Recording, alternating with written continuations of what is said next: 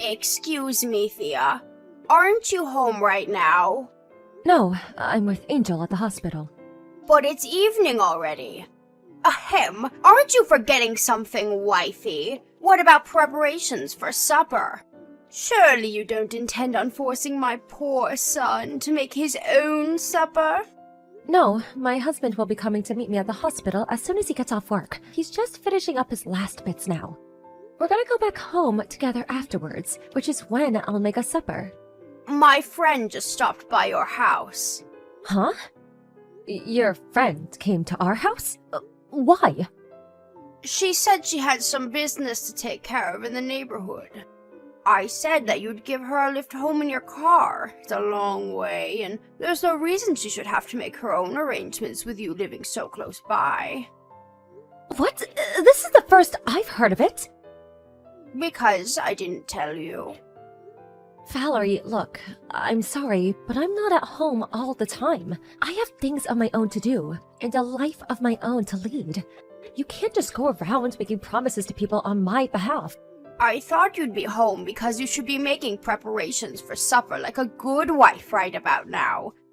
My friend stopped by your house when I said you'd take her, but she said you weren't there, and now she's complaining at me. Do you have any idea how much embarrassment you've caused me, young lady? I told you this before, but I come to the hospital to be with Angel whenever I have time. I told you you're better off just assuming I won't be home. Please stop making promises on my behalf. If anything, being at home is the exception these days. Dearie me, you really are spoiling that girl. Angel's going to grow up to have terrible manners and a poor work ethic if you're not careful. Just because she's ill doesn't mean you have to go to the hospital to see her every single day. She needs to learn what it means to be independent. She's a little girl. Besides, I have no idea whether her condition will deteriorate in the future. Any time I get to spend with her is valuable. Please don't say such awful things about your granddaughter. What are you so worried about? She's been sickly since she was born. This is hardly anything new. The doctors have made it abundantly clear that she isn't going to live that long. You'd think you'd have to come to terms with it by now. Is that why you think I shouldn't go and see her? That's not what I'm saying. Stop being overly dramatic and trying to paint me as some cruel, heartless villain. I'm just saying you don't have to base your entire life and every decision you make around her. You should be more considerate towards what the other people in your life want, like me. What's the point in you having a car if you only use it to go to and from the hospital? The least you could do is take me on holiday to a hot spring resort, or to the theater, or to the beach from time to time. I'm devoting all of the time I can to Angel right now. My husband's with me on this one. Is he really? I wonder. He knows that no matter what he says or does, you'll only ignore him and spend all your time with the girl.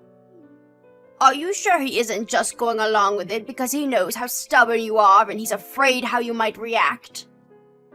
Absolutely not! How could you even suggest that? Angel's the most important thing to both of us. She's our #1 priority.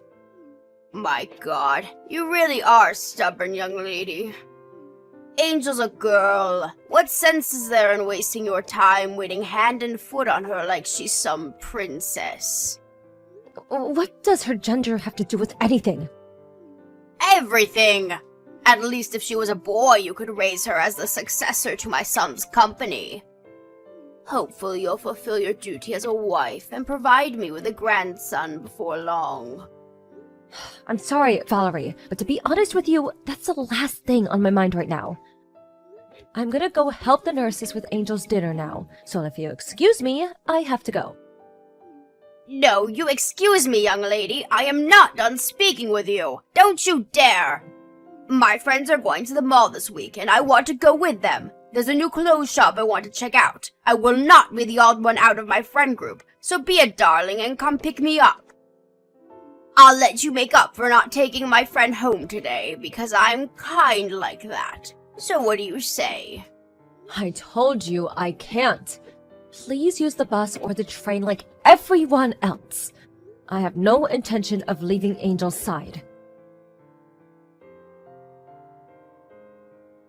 Thea, listen to this. You're never going to believe it. My favorite singer, Lady Gugu, is performing in Peepsville next week. You know, the next town on from ours. Apparently, she's holding a huge concert out on the field of a local business faculty. You'll be a darling and take me, won't you? Valerie, I know David told you about how Angel's health is taking a turn for the worse lately. Why would you ask me this? Yes, he said she could die at any moment. So what? Oh my god. How could you say that? Are you seriously asking me to take you to some stupid concert even though you know how things are with her? It's next week, so you have plenty of time to make arrangements. And Lady Gugu is not stupid. How dare you? Stop being awkward, young lady. It's not like I'm asking you to drop everything on the spot and pick me up right now, is it? Jeez, lighten up. Even so, I don't think it's appropriate for you to ask me this now. So when will it be appropriate? Am I just supposed to wait around forever while life passes me by? How many times have the doctors told you Angel's in a bad way by now? I lost count. I'm sure she'll be back to normal within 2 or 3 days. We don't know whether she will or she won't. That's the point. Would you just stop this already? I'm stressed out enough as it is. Wow. Why do I have to take this from you? Why are you getting mad at me all of a sudden? You have severe attitude problems, young lady. Because this isn't the kind of thing you ask someone when their daughter is in the hospital bed and might not make it. Me and David have been sleeping by her bedside at the hospital all week. Not my problem. What does any of this have to do with me? Angel's your granddaughter. What good is a sickly little girl who lives in a hospital bed to me? It's been too long since I met her. I don't even remember what she looks like. With this sorry state of affairs, I may as well not even have any grandchildren. Anyway, you'll be a darling and take me to the concert, won't you? Mildred from next door said she wants to come too, so make sure you clean the car out first. I don't want you embarrassing me by having it full of empty sweet wrappers. How many times do I have to say it? I can't take you. Then how am I supposed to get there?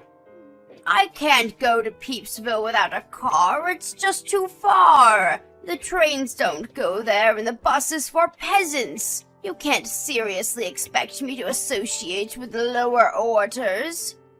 My husband said he can't possibly take me and refused flat out. You're the only one I have left to rely on. You'll be a darling and take me, won't you, sweetie? I can't possibly take you either. Ugh, stop it with this petulant stubbornness. All you have to do is drop me off at the venue and pick me up when it's over. Even if I did get on the bus with the filthy common folk, the timetable is awkward and I'd be stood waiting around outside the concert for hours. That's not my concern. Figure it out yourself. You are the most useless human being I've ever encountered in all of my years. Ugh! I wish my son never married you to begin with. What good are you? What purpose do you serve? You're useless! I'm a mother before I'm a wife. What would you have done if David had fallen seriously ill when he was young? Surely you'd have done whatever you could to be by his side as much as possible. Yes, I suppose I probably would. Because he's my son and the successor to the family name. I certainly wouldn't waste my time with the likes of a little girl, though, and I don't know why you are either. I've heard enough of this. I have nothing more to say to you. Don't contact me again. You didn't give me an answer. You'll be a sweetie and take me to the concert, won't you, darling? Won't you? Find your own way there. How dare you! We accepted you into this family as my son's wife. You were in no position to disobey your mother-in-law. This is your fault for giving birth to a sickly little girl in the first place. Why should I suffer for your defective genes? Don't drag me into your mess. I have a right to see that concert. Are you listening to me? Reply at once! Ugh! You will pay for this! Damn you! Thea, I just heard the news from David. What happened to Angel is so terribly unfortunate. I'm so sorry. Right. Don't let it get you down, sweetie. You can just have more children. Right? Let's get to work on the next one. Excuse me? You heard me. Wait, you don't plan on giving up on having children because of this, do you? You can't do that. You still haven't had a son. I'm not thinking about that sort of thing at all right now. Angel just died. I know that. That's why I'm trying to cheer you up. How could you even say anything like that? You're despicable. You're the worst. Yes, I can tell you're very emotional right now, sweetie. It's okay. Anyway, you need to get work on conceiving my grandson as soon as this funeral is over with. Lord knows that's the only thing you're good for. I told you, I can't bring myself to think about that sort of thing right now. The funeral isn't even over yet. Duh, I know that, moron. That's why I very clearly said you need to get to work on conceiving my grandson after the funeral's done with. I'm not telling you to do anything now, am I? You need some time to grieve your daughter. It makes no difference. Oh, there is just no talking to you. Why is everyone being so depressing about this? You think Angel would want you to be all gloomy and miserable? I won't be wasting my time by going to the funeral or the cremation. If this is your attitude, I have no interest in associating with you. You're rude, you're disrespectful, you're insolent, and you're just downright unpleasant. I'm ashamed to call you my daughter-in-law. I see. You've made how you feel towards me very clear. If you find me that pleasant, I'd rather you didn't come to the funeral. These last few years have been so difficult for me because of that sickly daughter of yours. Angel this, Angel that. She practically had the whole family under her spell. She even stole my own husband and my son. Neither of them ever had the time of day for me where she was concerned. And obviously you were never willing to help me with anything. You wouldn't take me to see my friends, you wouldn't take me shopping or out on day trips. You all neglected me for that damn kid. Not a single good thing has happened to me these last few years, and it's all because of her. At least now with her gone, you might finally start helping me out when I ask for favors. I have to get ready for the wake now. Goodbye. Oh, no, you don't. Hold your horses, young lady. Why? Do you accept that this is all your fault? If you'd have just given birth to a healthy child in the first place, none of this would be happening. Wow. You think I didn't want my child to be healthy? I already blame myself enough for what happened without you twisting the knife.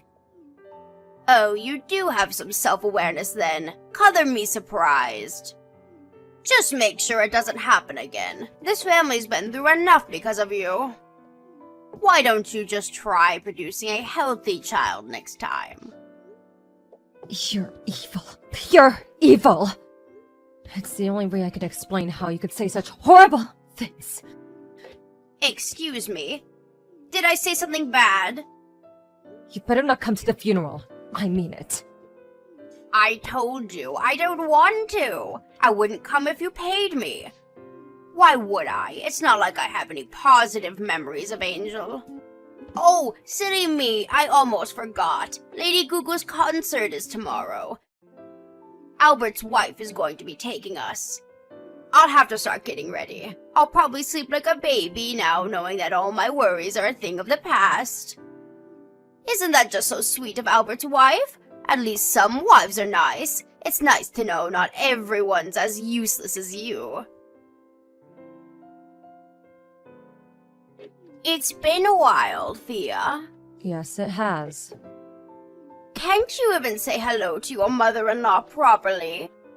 You're not still down in the dumps over what happened, are you? Her funeral was a whole month ago now, sweetie. It's time to move on. You can't dwell on the past forever. It's not what you'd want. Yes, it's still only been a month. Her body's still barely cold, and you dare tell me to move on. Stop being so dramatic.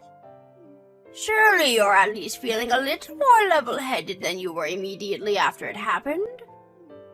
I hope you are, because it's time to get to work soon.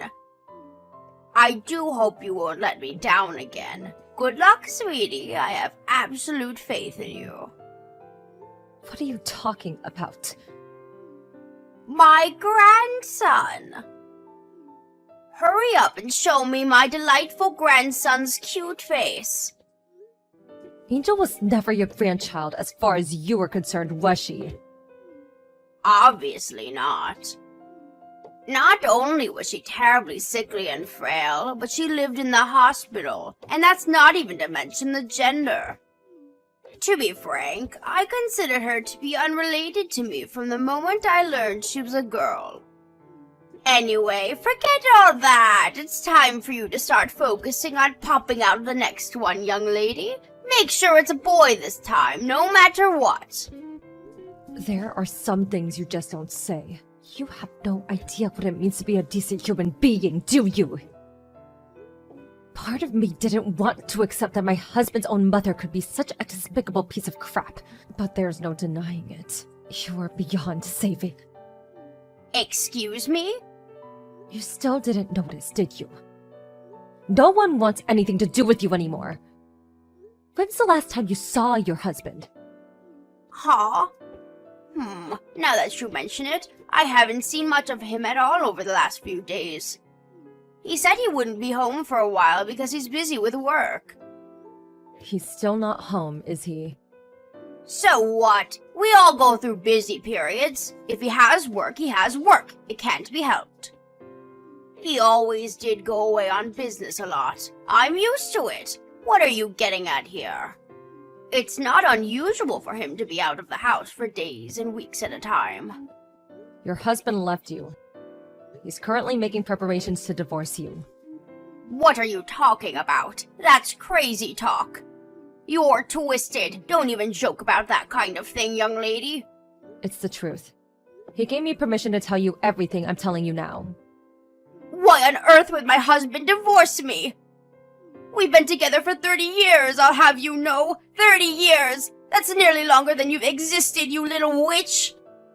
Why? Because of your attitude towards Angel. You refused to have anything to do with your own granddaughter purely due to the fact that she was a girl. You made fun of her for being weak and sickly. You refused to visit her in the hospital even once before she died. You didn't even go to her frickin' funeral. You just couldn't overlook the way you acted towards her, no matter how hard he tried. Why would my husband divorce me over the girl? It was hardly my fault she was so weak and sickly, was it? This is exactly the kind of attitude he couldn't tolerate. Your husband loved Angel more than anything. He spoiled her rotten, was always coming over for visits and buying her gifts. He warned you about the way you were acting countless times. He wanted you to change. I was even there when he did it sometimes. Please, won't you just speak a little more respectfully towards your granddaughter? He tried, but it was useless. What are you saying? That I should love my grandchildren no matter what? It's hardly my fault she was so unlikable. Why should I be punished? I'm not necessarily saying you had to love her unconditionally. But it would have been nice if you at least didn't pick on and make fun of her for having an illness. Or make mean-spirited, disparaging comments about her whenever you felt like it, when you knew full well that she could hear you. You're free to think what you'd like to think about people within the confines of your own mind. That doesn't mean you have to say every little nasty remark that pops into your head when you know damn well no one wants to hear it. I can't help being honest. I say what's on my mind. What's the problem with that? The fact that you don't even seem to understand why everyone's sick of you probably has something to do with why you're being divorced. Me, David, your husband, none of us want anything to do with you ever again. We're cutting you out of our lives forever. What does my son David have to do with this? He was Angel's dad. We all loved that girl. You don't have a single ally in this family anymore. You've burned all of your bridges beyond repair. Never contact any of us again. Wait a sec. Hold your horses, young lady. My husband isn't answering my calls. What on earth is going on? I'm getting nothing but voicemail. That's because he blocked you. He told me to tell you you'll be hearing from his lawyer once he's done finalizing the divorce procedures. Come to think of it, David hasn't been responding to me lately either. What exactly is going on here? He hasn't been ignoring me the whole time too, has he? Yes, I was also considering blocking you myself. But I couldn't resist the urge to be the one to tell you about your family abandoning you. I can't deny that this all has been very satisfying. I'm glad I didn't block you. I also wanted to let you know that this is all 100% your own fault. I'll never forget how you absurd and victimized me. Thea, please, wait, this is all going too far. Just hang on a moment. I'm sorry, please. Will you tell my husband and son I apologized? Tell them to unblock me. I'm begging you. Like hell I'm telling them that. Anyway, even if I did tell them, it wouldn't change anything. They didn't block you because I told them to. They blocked you because you're toxic and poisonous, because you're evil, malicious, and mean-spirited. If there's something you desperately need to say, I suggest you tell it to the lawyer your husband hired. Oh, no, you don't. I won't speak to my own husband through a damn lawyer. Let's all discuss this together as a family. Family? Oh, that's funny. You seem to be making a misunderstanding. Because not a single one of us thinks of you as family anymore. Stop speaking to me like that. I am your mother-in-law.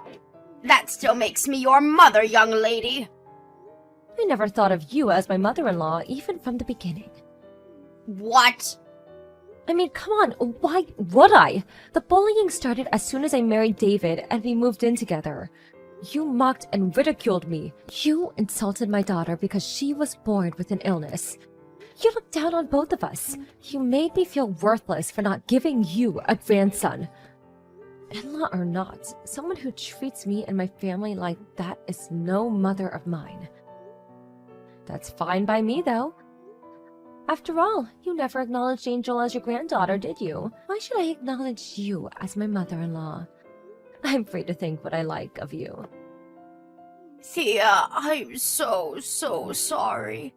I can't apologize enough for my horrible attitude towards Angel, really. I feel terrible about everything. Too little too late. Angel's never coming back. I'll never do anything like this again, I swear. I'll think about my behavior. I'll change. Please, just give me another chance.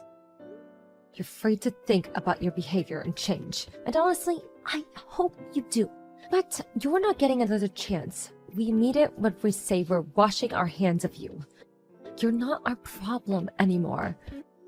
I hope you use this as a lesson and become a better person. How am I supposed to live without my family?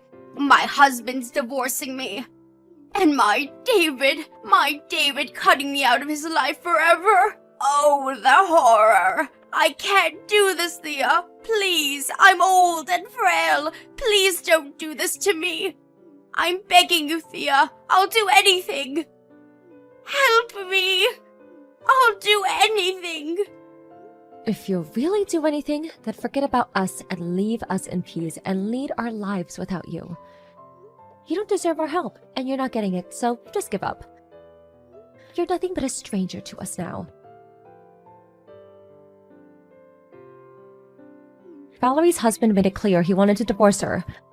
But being as stubborn as ever, she refused to meet him halfway, and he was left no choice but to take her to divorce court. Now, this is quite ironic for someone who has harped on so much about womanly duties, but apparently she never did the housework and she was always out drinking with her friends.